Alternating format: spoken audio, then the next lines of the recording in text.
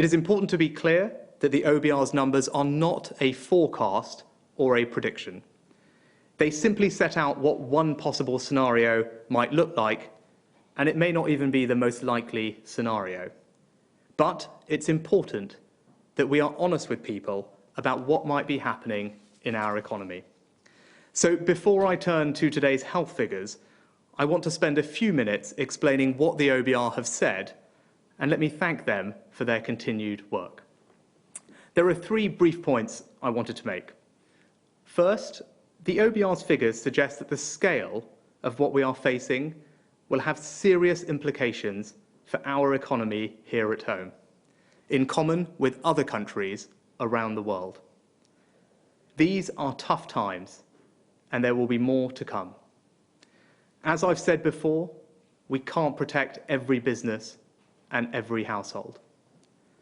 But we came into this crisis with a fundamentally sound economy, powered by the hard work and ingenuity of the British people and British businesses. So while those economic impacts are significant, the OBR also expect them to be temporary, with a bounce back in growth. The second point I want to make is that we're not just going to stand by and let this happen. Our planned economic response is protecting millions of jobs, businesses, self-employed people, charities, and households.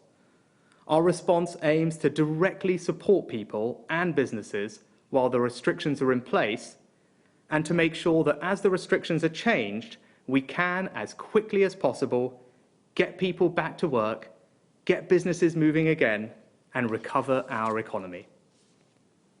The OBR today have been clear that the policies we have set out will do that. The OBR today have been clear that if we had not taken the actions we have, the situation would be much worse. In other words, our plan is the right plan. The third point I want to make is this. Right now, the single most important thing we can do for the health of our economy is to protect the health of our people. It's not a case of choosing between the economy and public health. Common sense tells us that doing so would be self-defeating. At a time when we are seeing hundreds of people dying every day from this terrible disease, the absolute priority must be to focus all of our resources, not just of the state, but of businesses and all of you at home as well, in a collective national effort to beat this virus. The government's approach is to follow scientific and medical advice through our step-by-step action plan, aiming to slow the spread of the virus so fewer people need hospital treatment at any one time, protecting the NHS's ability to cope. I said in my budget a month ago that whatever the NHS needs, it will get, and we have honoured that promise. Yesterday, we published an update showing that we've given our public services an extra £14.5 billion in recent weeks. We are taking action to increase NHS capacity with more beds, more key staff, and more equipment on the front line. And the Secretary of State for Health and Social Care will be updating on our plans for social care tomorrow. This is why we are instructing people to stay at home so that we can protect our NHS and save lives.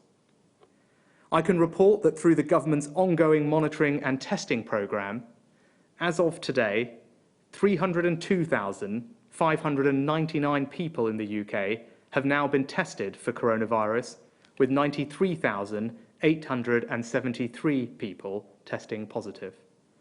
19,706 people in the UK have been admitted to hospital with the virus, down from 20,184 people yesterday. Sadly, of those in hospital, 12,107 people have now died, an increase of 778 fatalities since yesterday. Our thoughts are with the family and friends of all those who have lost their lives.